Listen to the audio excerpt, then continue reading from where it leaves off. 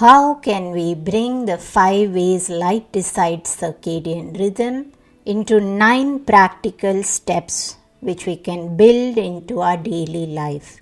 That's what we're going to discuss today in part 2 of this conversation. If you missed part 1, do take a listen before you listen to this episode. In today's episode, we will answer 3 key questions. What are the 4th and 5th way light decides circadian rhythm? What is light hunger? How do we bring 9 practical takeaways using the 5 principles of light into our daily life? I knew again that the best person for this was Roudy, my friend, and you can check out Roudy's bio in the episode show notes. Let's get started.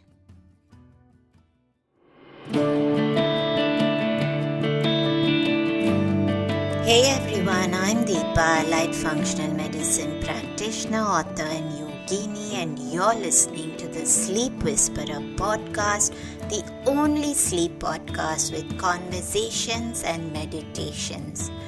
I'm on a mission to share profoundly insightful sleep conversations with global visionaries that merge together functional medicine and ancient wisdom. Breathe in bliss through weekly guided meditations and let yourself enter the land of dreams. Together, let's unravel the pieces, get to the roots, and understand the right tools to transform your sleep completely. Through this podcast, I want you to dream the best version of yourself. It's time to regain hope and begin your sleep journey. So, Roudy, are these what we're going to put down as our 4th and 5th point, or are they going to come as part of one? Yeah, so they are actually related because the 4th point is about your light history. Okay, so a particular source of light will affect you really depending on your light history. Now, what do I mean by this? The more light you get during the day, the less vulnerable you are gonna be to artificial light after the sunset. So if we take 2 people, let's say, one who have spent a lot of time outdoors during the day, and another person who have spent a lot of time indoors under artificial lighting. And if we expose those 2 people to the same light bulb at night, we're going to definitely see the person who has spent a lot of time outdoors during the day is going to be affected in much in less ways compared to the person who has spent a lot of time indoors. Their melatonin suppression is going to be less. Their sleep schedule is gonna shift in a much less tragic way than the other person who has not spent enough time outdoors. Make sense? Yeah, absolutely. And I can already think of my own. My husband's office is out where there's bright sunlight in the balcony, and mine is a little dark during the day. And he sleeps immediately, and I take some time to get into sleep. So I was just telling him this morning that I feel I need to take my system out when I don't have calls and sit out in the garden. Yeah, absolutely. It's very important. And this is not to say that if you spend a lot of time outdoors, you're not going to be vulnerable to the negative effects of artificial light at night. This is only to make a relative comparison between a person who have maximized their light exposure during the day compared to a person who have spent a lot of time indoors during the day. And when both of them will be exposed to the same harmful artificial light at night, one will be much more vulnerable than the other. That's a great clarification, Roudy. So let's wrap up with our point 5, and then we can recap that quickly for our audience. So point number 5 is very simple, very easy, very straightforward. The longer the amount of time you are exposed to this source of light, the greater the effect is. Okay, so how do we translate this into our daily habits? This will mean that the longer we spend in front of healthy sunlight during the day, the greater the effect is going to be on our circadian clock. However, if we take this at night, it must be the opposite. So the less time we spend in exposed to artificial lighting, the more healthy and the better our sleep will be. Great, Roudy. And I'm just going to quickly clarify all of that before we wrap up. And you went through it beautifully, the 5 important things that decide how light influences our circadian rhythm. First is the wavelength of light. The second was the amount of light or the brightness. And of course, third, the time of the day that we receive the light exposure. Fourth is our light history. And the fifth is how the longer the time of exposure, the greater the effect. That was great. And I do want to ask you something, because you've mentioned to me about light hunger. And I'd love for us to just squeeze that into our conversation today before we get to our takeaway. So what exactly is light hunger?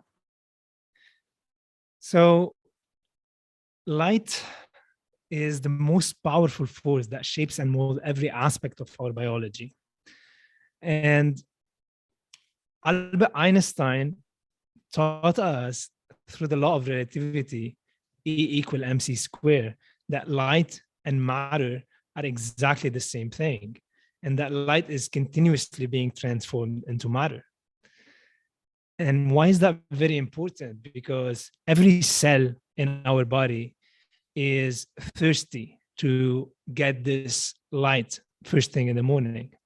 And we now know that many of our neurotransmitters and neuromodulators are actually programmed by this light, so much so that this light is allowing us to perceive ourselves in space and time. And it's actually creating our reality. So as an example, dopamine, for instance, is programmed by our morning light exposure.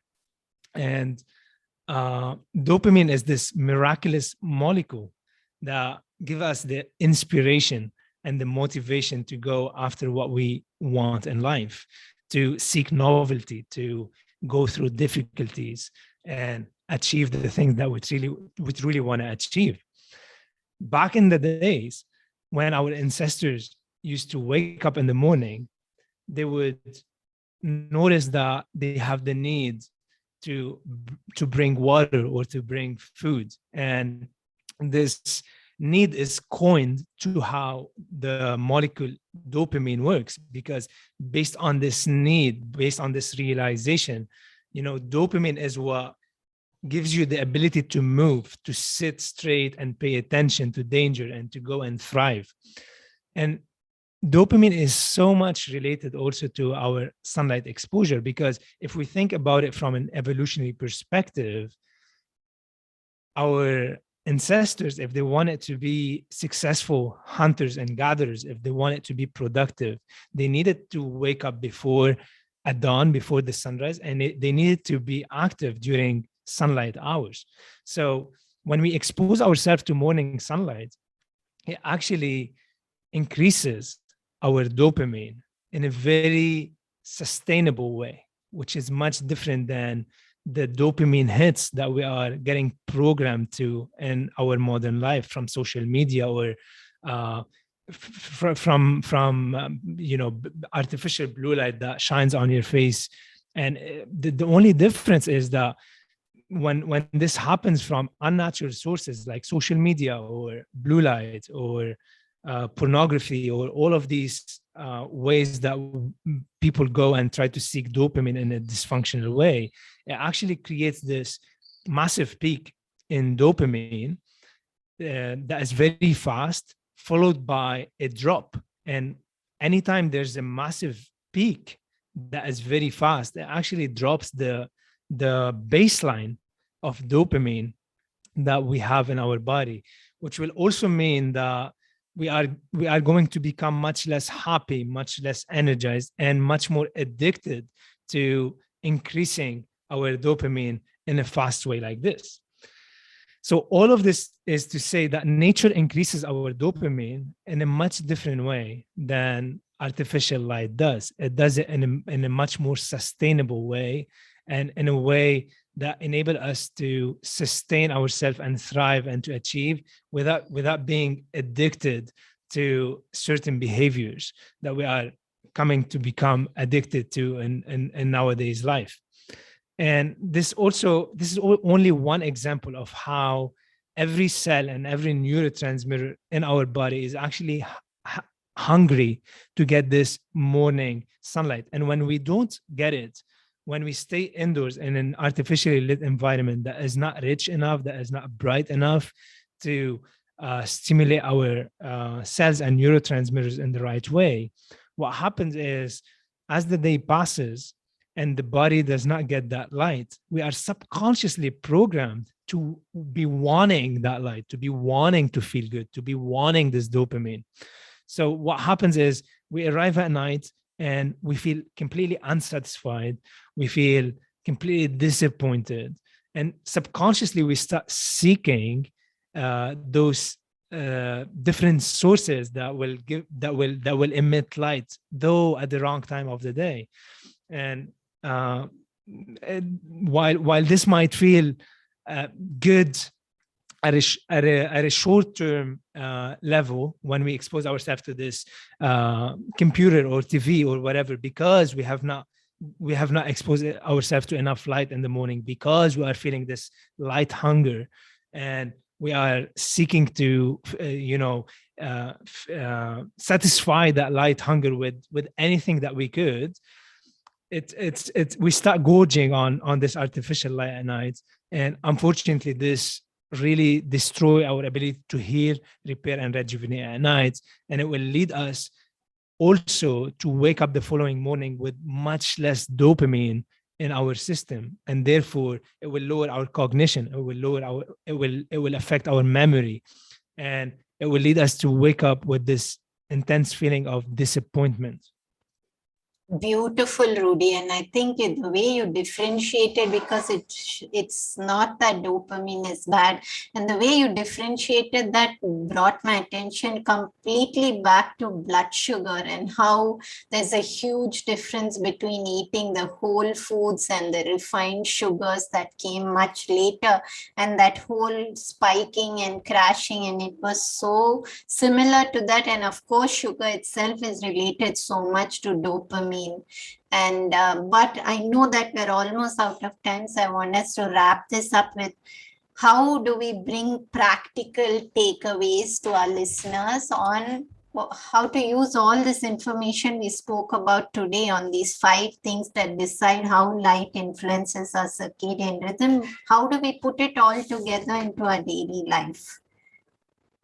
Yeah, absolutely. I'm going to give some steps, sequential steps that anyone could do to elevate their light environment and their light exposure to a whole new level, and to instantly start feeling more energized, more productive, to reclaim back their dopamine cycles, and to have better melatonin production naturally, and have a better response to cortisol and stress in their environment. So number 1 is waking up first thing in the morning and going outside, as I said, facing east, and getting exposed to the early morning sunrise, at least for 10 minutes. The longer, the better. Okay. Now, the only thing is that if the sun is hidden behind clouds, if it's a dark day, if it's let's say a cloudy day, then all we need to do is be outside for a longer period of time to capture those photons over time. And if it's a super overcast day, then it's recommended to be outside for 45, 50 minutes, because we are still getting that sun. We are still getting those photons, but at a much less intense level. Number 2, getting that UVA energizing light into the eyes. That will increase dopamine, that will increase serotonin, that will also help us to produce more melatonin and sleep better at night. And serotonin, for those who don't know, it's simply this neurotransmitters that allow us to feel calm and satisfied and internal and very at peace with ourselves and with our environment. So those are very important neurotransmitter and neuromodulator to have access to through nature, rather than trying to seek those pleasure and reward sensations through dysfunctional means, and through artificial lighting, through pornography, through drugs, and through sugar, and all of these things. And how do we know when UVA rises? As I mentioned, I highly recommend the app Circadian app, and it will help you understand when UVA rises, when UVB even rises, which bring us to the point number 3. Understand when UVB rise in your environment, and make sure that you go outside and you expose yourself to UVB, which will allow you to synthesize vitamin D, and it's absolutely an important frequency to expose ourselves to. I shall say that anytime we're outside, we should not block light with any glasses or sunglasses. And to get the best benefits, we need to be outdoors, not behind windows, because a lot of those windows actually filter out the beneficial frequencies of UVA, UVB, and infrared. And this brings us to the fourth point, is that anytime we are indoors, if we can open the window or crack the window open a little bit, that's going to be very advantageous, because we are actually getting non-distorted wavelength of light through sunlight.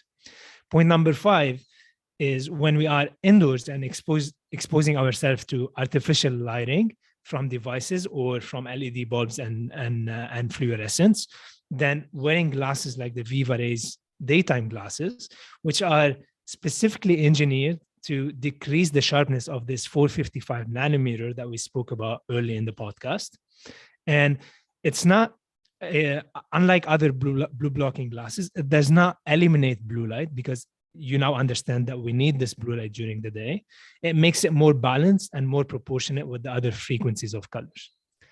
Step number 6 is watching the sunset, or at least if you're not watching it directly, being outside at this important time when the lights start transitioning from bright, higher color temperature to less bright and lower color temperature, and transitioning into the nighttime, because this acts as very important information for our circadian clock and for our nervous system, helping us to understand that the day is ending, and the body automatically start preparing on a hormonal level and on a level of the organs, on a level of the cells, to for a restful night's sleep.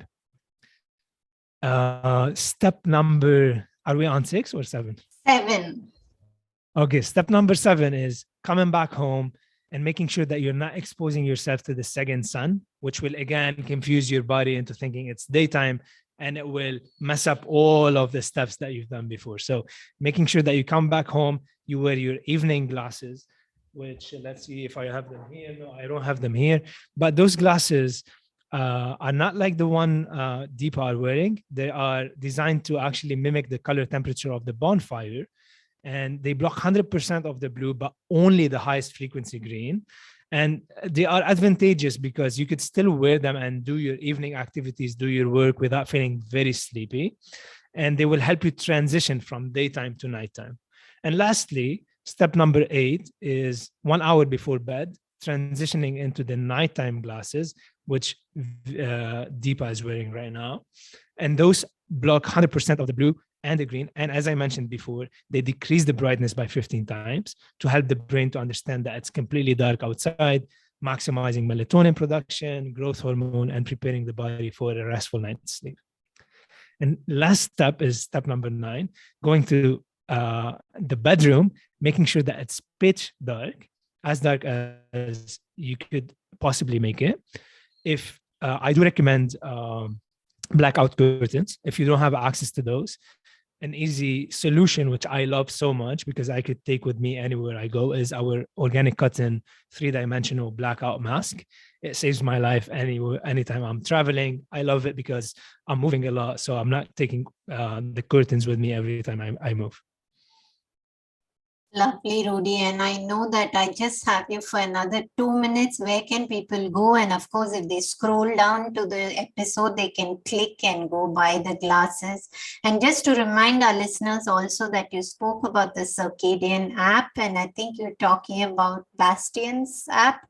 So therefore, they Yes, can Bastian. scroll down to related episodes number 97, where we spoke to Bastian about living a circadian life to understand that a lot more. But where can people go to know all that you're up to and before you launch the red bulbs? And I know that I'm looking forward to those as well. And of course, thank you for your time today, Rudy. Yeah, thank you, Deepa. And for the listener, you probably have noticed by now that it's not only about the glasses, that the glasses is probably 2 or 3 steps out of 9 steps that we've mentioned. And those 9 steps they work together. They're very cohesive. They create coherence in your life. So I want to invite you not only to stick to the glasses only and forget about all the other steps. Every step out of those 9 steps is a masterfully step that will lead to mastering the whole. So if you want to learn more about those steps, I also recommend that you download our free ebook. It's called Light, the key to mastering your energy and sleep, which you can find on our website, www.vivarays.com, VIVARAYS.com. And in this ebook, you will find amazing actionable steps that you can take today in order to elevate your light environment to a whole new level. And it's a culmination of 5 to 6 years of studying light, circadian biology, and quantum biology. However, we have distilled it down in a way that is absolutely simple and easy for anyone to understand and for anyone to read and be able to know what to do after reading.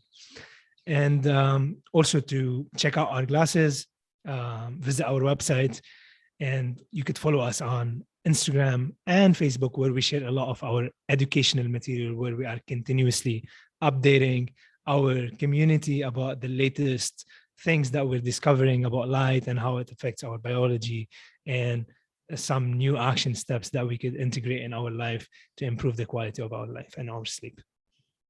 And I think since you clarified about the glasses being just one out of so many steps, Rudy, I think basically you're also talking a lot about being in sync and in rhythm with nature's diurnal rhythms. And Ayurveda had this to say 5,000 years ago about dinacharya. I don't know if you've ever heard of it. And the word dinacharya means to follow the knowledge of the day. And it talks all about how do we live in sync with light and darkness. So maybe that's a conversation for another day. Great to have you here today, Rudy, and I always love our conversations. In part 2 of this 2-part episode on light, Rudy simplified the 5 steps and came down to 9 specific practical ways we can bring in these concepts into daily life. While many of these steps sound simple, practicing them with intention on a daily basis is what will make the difference. Perhaps you might be tempted to stay in bed till mid-morning after a night of poor sleep, but taking some effort to be out earlier and exposing yourself to the morning sunlight can be key in restoring your harmony with circadian rhythm. Perhaps aim to be intentional about one of each step each week over 9 weeks until they become a part of family living. Have a great day. This podcast is intended to provide helpful and informative material on the subject matter covered in the episodes. The podcast is not acting in the capacity of a doctor or a registered dietitian and is not rendering any professional healthcare or medical service. The information in the podcast is not intended as a substitute for medical advice or services or as treatment or cure for any particular health condition. The advice and tools contained herein may not be suitable for your situation. Any medical questions regarding contraindications and cautions or any questions on whether or not to proceed with any practices provided in the show should be referred to qualified health professionals before adopting the same. The podcast specifically disclaims any responsibility for any liability, loss, risk, personal or otherwise, which may be incurred as a direct or indirect consequence of the use of information from this podcast or the application, adoption of any of the information provided.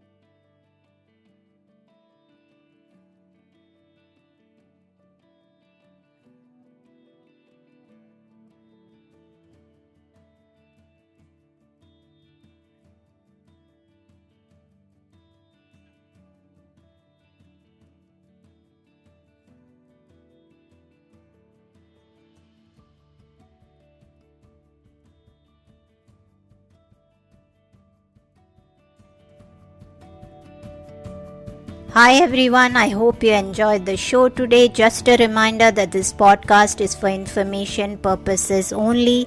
It is not a substitute for professional care by a doctor or otherwise qualified health professional. This information is provided on the understanding that it does not constitute medical or other professional advice or services.